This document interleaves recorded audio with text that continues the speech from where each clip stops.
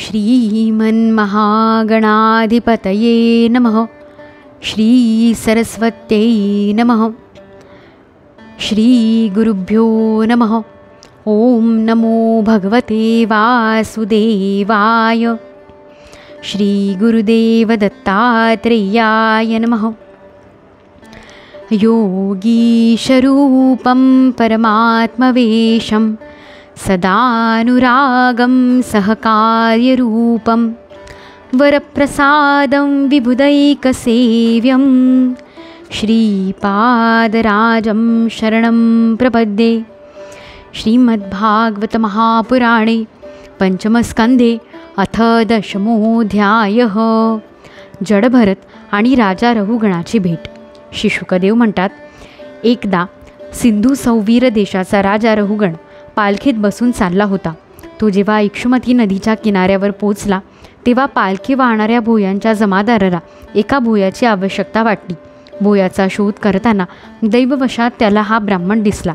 याला बघून त्याने विचार केला की हा मनुष्य धष्टपुष्ट, तरुण आणि मजबूत अंगापिंडांचा आहे, म्हणून हा बैल किंवा गाढवाप्रमाणे पालखी वाहू शकेल. असा विचार करून वेठबिगारीसाठी त्याने घेतलेल्या इतर भोयांच्या बरोबर यालाही जबरदस्तीने पकडून पालखी वाहण्यासाठी जुंपले. या कामाला जरी महात्मा भरत योग्य नव्हता तरीसुद्धा काहीही न बोलता गुपचूपपणे पालखी उचलून तो चालू लागला.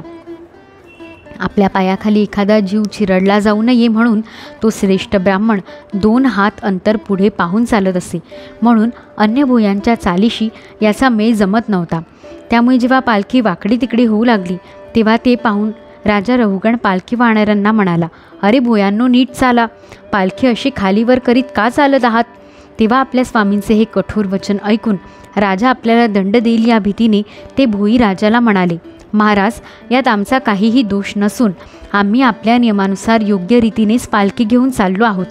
पण हा एक नवीन भोई आत्ताच पालखीला जोडला आहे, तो भरभर चालत नाही, त्यामुळे आम्ही ह्याच्याबरोबर पालखी घेऊन जाऊ शकत नाही. भोयांचे हे दीनवचन ऐकून राजा रहुगणाने विचार केला की संसर्गाने उत्पन्न होणारा दोष एका व्यक्तीत असेल तर त्याच्याशी संबंध येणाऱ्या सर्व माणसांमध्ये तो दोष येऊ शकतो, म्हणून याचा प्रतिकार केला नाही तर हळूहळू हे सर्व भोई आपली चाल बिघडवतील. असा विचार करून रहुगणाला थोडासा राग आला.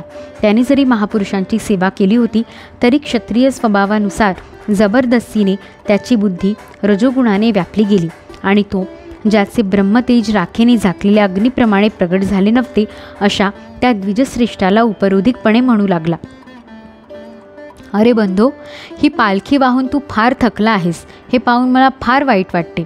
या तुझ्या सहकाऱ्यांनी तुला थोडीसुद्धा मदत केली नाही असे वाटते. इतक्या दूरवरचे अंतर बऱ्याच वेळापासून तू एकटाच ही पालखी वाहत आहेस. तुझे शरीरसुद्धा विशेष धट्टेकट्टे आणि ताजेतवाने नाही. शिवाय मित्रा, तू वृद्ध असल्याने दमून गेला आहेस.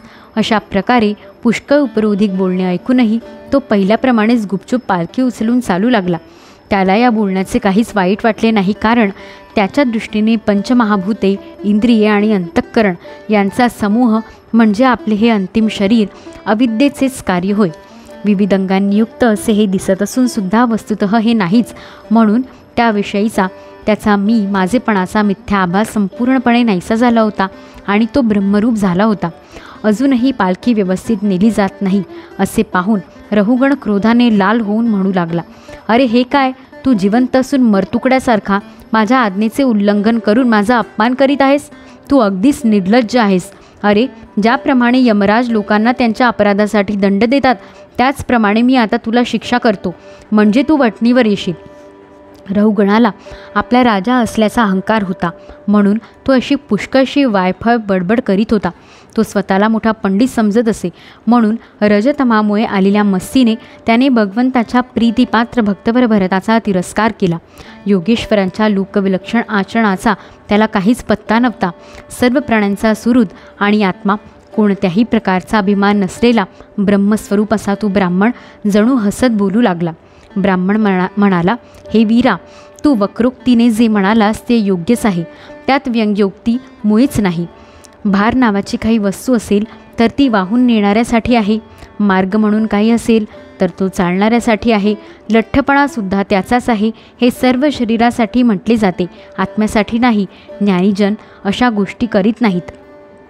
स्थूलता, कृशता, आधी, व्याधी, भूक, तहान, भय, कलह, इच्छा, म्हातारपण, निद्रा, प्रेम, क्रोध, अभिमान आणि शोक हे सर्व धर्मदेहाभिमान धरून उत्पन्न होणाऱ्या जीवांमध्ये राहतात.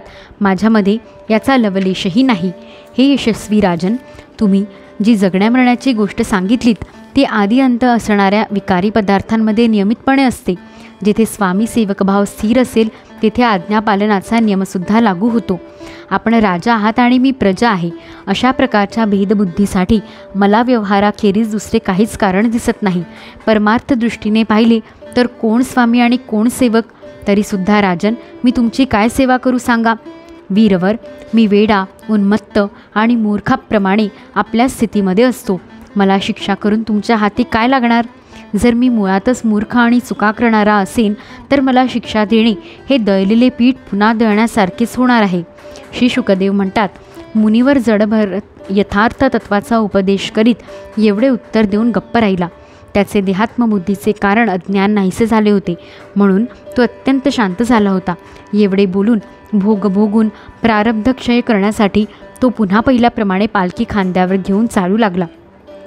हे परीक्षिता, सिंधू सौवीर नरेश रहुगणसुद्धा आपल्या पूर्ण श्रद्धेमुळे तत्त्वजिज्ञासीचा पूर्ण अधिकारी होता.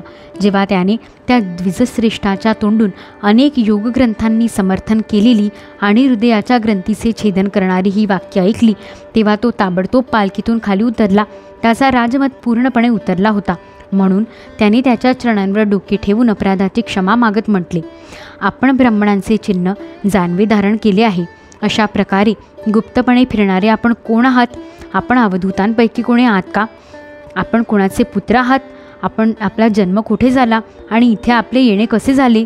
आपण आमचे कल्याण करण्यासाठी येथे आलेले सत्वमूर्ती भगवान कपिल देव तर नाहीत ना? मला इंद्राच्या वज्राची, महादेवांच्या त्रिशूलाची किंवा यमराजांच्या दंडाची भीती वाटत नाही. मला अग्नी, सूर्य, चंद्र, वायू किंवा कुबेराच्या शस्त्रांचेही भय वाटत नाही. परंतु ब्राह्मण कुलाच्या अपमानाला मी फार भीतो. अशा प्रकारे आपले विज्ञान आणि शक्ती लपवून मूर्खांप्रमाणे वागणारे आपण कोण आहात ते मला सांगावे. विषयांबद्दल आपण संपूर्णपणे अनासक्त आहात. मला आपला काही थांगपत्ता लागत नाही. साधो, आपल्या योगयुक्त वाक्यांचा बुद्धीने विचार करूनसुद्धा माझा संदेह दूर होत नाही. मी आत्मज्ञानी मुनींचे परमगुरू आणि साक्षात श्रीहरींच्या ज्ञानशक्तीचे अवतार असणाऱ्या योगेश्वर भगवान कपिलांना हे विचारण्यासाठीच चाललो होतो की या लोकी शरण जाण्यासाठी योग्य कोण आहे? लोकांची स्थिती पाहण्यासाठी अशा प्रकारे आपले खरे स्वरूप लपवून विहार करणारे ते कपिल मुनी आपणच आहात काय?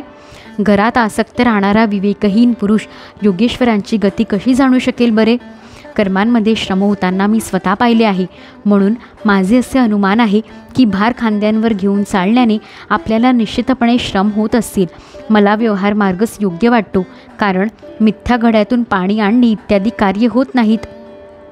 चुलीवर ठेवलेले भांडे जेव्हा अग्नीमुळे तापू लागते तेव्हा त्यातील पाणीसुद्धा उकळू लागते आणि त्या पाण्याने तांदळाच्या आतील भागसुद्धा शिजतो. याप्रमाणे आपल्या देह, इंद्रिय, प्राण आणि मन या उपाधींचा स्वीकार केल्यामुळे, सानिध्यामुळे आत्म्यालासुद्धा त्या श्रमाचा अनुभव येतो.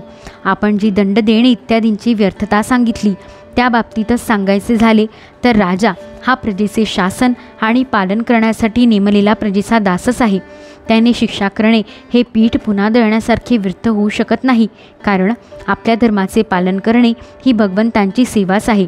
ती करणारी व्यक्ती आपली संपूर्ण पापराशी नष्ट करते. हे दीनबंधो, राजेपणाच्या अभिमानाने उन्मत्त होऊन मी आपल्यासारख्या श्रेष्ठ साधूची अवज्ञा केली आहे. आपण आता माझ्यावरशी कृपादृष्टी ठेवा की ज्यामुळे या साधू अवज्ञारूप अपराधातून मी मुक्त होईन. आपण देहाभिमान शून्य आणि विश्वबंधू श्रीहरींचे अनन्य भक्त आहात. म्हणून सर्वांमध्ये आपली समान दृष्टी असल्याने या मानापमानामुळे आपल्यामध्ये काही विकार उत्पन्न होऊ शकत नाही. तरीसुद्धा आपल्यासारख्या महापुरुषाचा अपमान केल्यामुळे माझ्यासारखा मनुष्य त्रिशूलधारी महादेवांच्या सारखा प्रभावशाली असला तरी थोड्याच काळात नष्ट होईल. अध्याय 10 समाप्त. इति श्रीमद्भागवते महापुराणे पारमहंस्या संहिताया पंचमस्कन्धे दशमोऽध्यायः। यदक्षरपदभ्रष्टं मात्राहीनं तु यद्भवेत् तत्सर्वं क्षम्यतां देव नारायण नमोऽस्तु ते। मन्त्रहीनं क्रियाहीनं भक्तिहीनं सुरेश्वर यत्कृतं तु मया कर्म परिपूर्णं तदस्तु मे। भवे भवे यथा भक्तिः पादयोस्तव जायते तथा कुरुष्व देवेश नाथस्त्वं नो यतः प्रभो। नाम संकीर्तनं यस्य सर्वपापप्रणाशनं प्रणामो दुःखशमनस्तं नमामि हरिं परं। हृदयान्तरी वसेतु श्रीगुरुमाऊली वरदहस्तधर मम श्री। तव प्रेमलाभो जन्म जन्मान्तरी उद्धारावे चैतन्यघन श्री सद्गुरु हरिराया। दुरीतु जहूनी राही देसांगमिका फुका जीवनी जाहल्या कैकचुका। आता चरणी तुझ्यात सर्पण ही काया क्षमा कर श्री सद्गुरुराया। अनंत माझे अपराध कोटी नाणी मनी घालुनी सर्वपोटी। प्रबोध करिता श्रम फार झाला विसरू कसा मी गुरुपादुकाना। श्री सद्गुरु चरणारविंदार्पणमस्तु। श्रीकृष्णार्पणमस्तु। अवधूत चिंतन श्री गुरुदेव दत्त।